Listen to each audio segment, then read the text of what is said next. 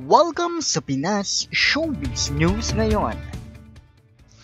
Para sa video natin ngayong araw, meron na naman po tayong fresh at nagbabagang updates patungkol kay Maine Mendoza at kay Alden Richards. Kung tunay mong mahal si Maine Mendoza at Alden Richards at ngayon ka lang nakadalaw, di naman kaya ay naligaw sa channel na ito, please po, i-click mo na yung subscribe and bell buttons para lagi kang updated sa mga kaganapan kina Maine at kay Alden. Ang pag-uusapan po natin ngayong araw ay tila hindi na nakatiis na isang Maine Mendoza. Kung saan isang fan nga po, isang Aldab fan, isang legit Aldab fan ang kanyang i-video call. Binigyan niyo po ng pagkakataon, na alam niyo yun, alam naman po natin yan kasi ang dami nagsasabi na wala na raw puso itong si Maine Mendoza sa mga Aldab fans. Hindi po totoo yun. Never po naging totoo yun. Okay, mamaya pag-usapan natin yan. At syempre, hindi rin mawawala sa ating mga sentro, sa ating sentro ng mga updates natin, ito pong ilalaban talaga itong si Paulo Contis at si Ara San Agustin kay Maine at kay Alden. Gagawin daw po sila di umanong Aldab. Okay? Meron na po sila mga press release na ganyan sa iba't ibang dyaryo. Okay? Pag-usapan natin yan. At syempre, hindi rin naman mawawala, Ito naman pong kinatutulo po ng laway nito hong mga bashers ni Alden Richards, lalong-lalo na ng mga Armin fans at mga toxic Mainers, Dahil isa po sa mga Pilipino, itong si Alden Richards ang nakakuha po ng Tesla.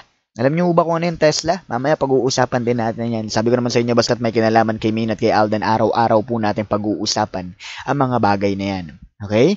At kung nood ka nga ng nood ng mga video updates natin pero hindi ka naman ako subscribe na kung ano pang iniintay mo, i-click mo na yung subscribe and bell buttons para lagi kang updated sa mga kaganapan kina Maine at kay Alden. At kung ikaw nga ay marami pang kilalang mga Alden fans, sabihan mo na sila na magsama-sama tayo dito sa channel na ito. Nang sa ganun, araw-araw pa rin tayong legit na updated pagdating po kina Maine at kay Alden. At bago nga tayo magpatuloy pa, naririto ang mga komentong napili ng aming team patungkol sa mga updates natin.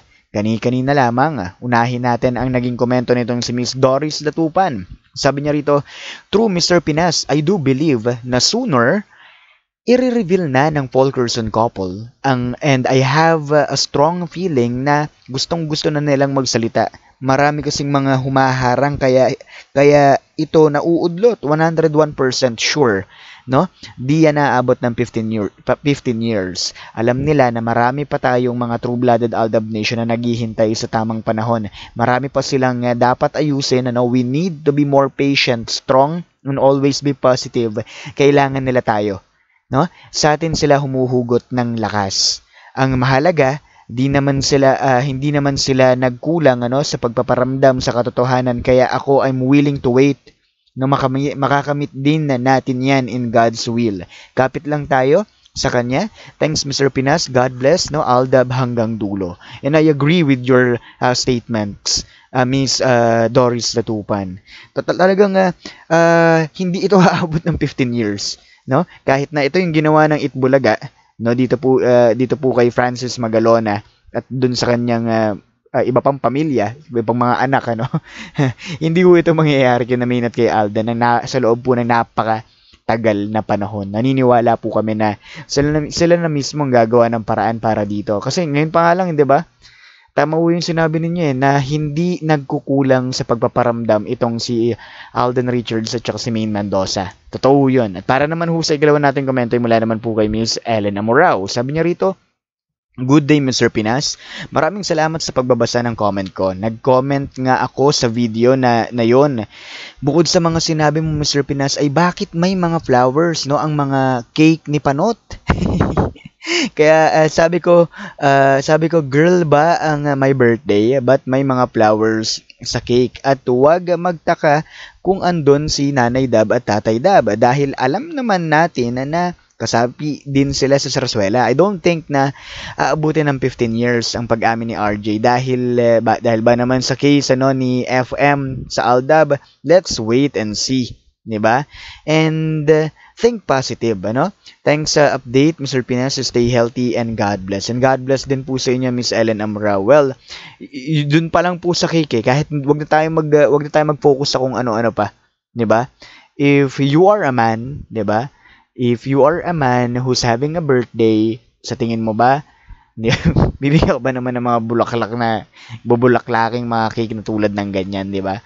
Well, doon pa lang, dapat nagtataka na sila. Well, wag na nating pakialaman ang buhay nila, no? At para naman ho sa ikatlo nating komento, mula naman po kay Miss Annaliza Rico. Sabi niya rito, good morning. Yes, Mr. Pinas.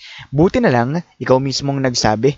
Napansin ko rin yan noong napanood ko yung video na nakatag kay Maine sa IG niya. At may nag-comment pa nga doon sa IG niya na ikis mo nga sa lips, total asawa mo naman yan. At ang nag-comment nag-comment ng emoji na tawa. Nako, wag naman 15 years, nakakaawa naman yung mga senior citizens na hinihintay sila. God bless you more, Mr. Pinas, at kay Lola Granny mo, at take care of her. Well, isa po si Lola Granny sa mga nag-aabang din talaga. Hanggang ngayon po, no, Lola Granny knows the reality. Talagang pinaniniwalaan pa rin po niya lahat ng mga ipinangako at talagang hindi lang ipinangako kundi ipinakita, no, ni Maine at saka ni Alden before pa sila sumikat ng ganyan kasikat. Okay? Bago pa sila makatungtong sa tugatog ng tagumpay, no, na hanggang ngayon tinatamasa pa rin po nila. Ngayon, pag-usapan natin ang mga updates natin ngayong araw. Unahin po natin dito, no? Ito pong hindi na po nakatiis na isang Maine Mendoza kasi po kineklaim na naman ng mga Armin fans at ng mga toxic Mainers na ito pong senior citizen na pinagbigyan po ni Maine Mendoza, no? Sinasabi po nila na Armin fan daw po ito. Paano naging Armin fan itong senior citizen na ito? Kung makikita nyo po doon sa caption, 8 years ago. No? 8 years ago, natupad na rin po ang pinapangarap ng aking nanay, no? Na sa loob ng 8 taon. Ibig pong sabihin nito, it just indicated, no, na yung pagiging fanatic ni Lola ay nagmula po from Maine Mendoza and Alden Richards era. Okay? Yun po yung katotohanan doon. At syempre, nakakatawa na naman itong mga nagpipiling po na napakadami nila. Itong mga toxic Mainers at mga Armin fans na sinasabing iba talaga ang sumusuporta sa mga Armin. Sa Armin yung mukha nyo. Okay?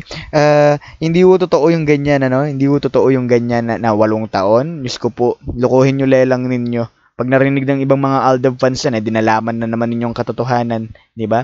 At para naman po sa susunod nating pag-uusapan, ito naman po may kinalaman sa paglalaway di umano, no? Paglalaway nitong mga bashers ni Alden Richards. Kung bakit maraming gustong ibagsak ang isang Alden Richards. Dahil isa lang naman si Alden sa napakaraming Pilipino sa ating bansa na nagkaroon po ng isa sa mga kauna-unahang Tesla cars, no, dito po sa ating bansa. Ito po yung kilalang mga sasakyan, no, sa ibang bansa na di saksak na lamang po sa kuryente. Okay, hindi mo na kailangan pang lagyan ng gasolina, no? Talagang sasaksak mo lang sa kuryente, no?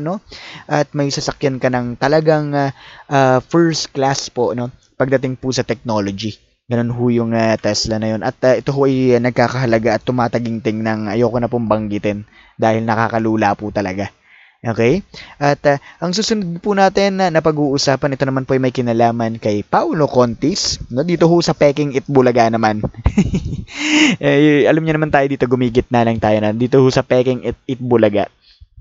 Ang ninanais nga po nila, at ito po yung mga press release nila at nakalimbag na nga rin po ito, nakapublish na po ito sa mga pipitsuging tabloid, ano? Sinasabi po nila na itong si Alden Richards, ano, at saka si Maine Mendoza ay lalabanan po nitong si Paulo Contis at nitong si Ara San Agustin. Okay? Ito yung latest na nababalita na itong ang si Paulo Contis, ano, ilolokohin na naman ang kanyang partner na si Ian, ano nga bang pangalan nun? Basta si Ian, ano? At red flag na nga raw po, no? Well, sa totoo lang po, una sa lahat, itong si Paulo Contis ay talagang hindi ko alam kung hindi ko alam kung bakit siya hinahangaan pa ng iba, no? Alam naman po natin kung anong klaseng lalaki ito pagdating sa pag-ibig. Pag-ibig daw, di umano. Okay? Kaya ang masasabi ko lang po dito, if they are trying to be Main Mendoza and Alden Richards dun sa Peking Itbulaga, they cannot do it. Kahit sino pa po. Sa totoo lang. Kahit maglagay ka pa ng Daniel Padilla at Catherine Bernardo dyan, 'di ba? Wala nga nangyari. Lisken, o nasaan na sila? Wala rin. 'Di ba? Hindi ho nila mapapantayan yung talagang naabot ng isang Main Mendoza at Alden Richards together. Kasi nga ito nga yung hindi nila matanggap. 'Di ba? Hindi na nila mapagsama si Main Mendoza at Alden Richards dahil po sa mga managements na meron sila. Okay? Hinahanap-hanap pa rin nila yung kita na meron sila kay Main at kay Alden. Ganun ho yun. Real talk lang tayo dito. Muli ito po ang Pinas Showbiz News ngayon.